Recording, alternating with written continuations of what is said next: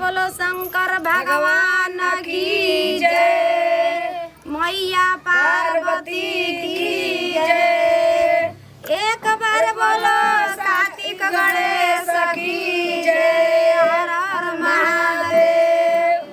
तो देखिए गुरु बहिना, हमनी के जितना भजन करतनी जा, कीर्तन करतनी जा, आ कैला के कब फायदा मिली जब गुरु पर ध्यान रही तो। ये गुरु बहिना ध्यान ना रही तो कहाँ से मिली। तो देखिए गुरु बहिना, हाथ में कंगन पहिर लेल बड़ी, आ समाज में देखावा खातिर गुरु जी के 3 सूत्र ले ले बड़ी। जय हो जय हो। तो देखी दूसर की गुरु बहिना का कहताड़ी, गुरु बहिना कहताड़ी कैसे? हरे दिलावा के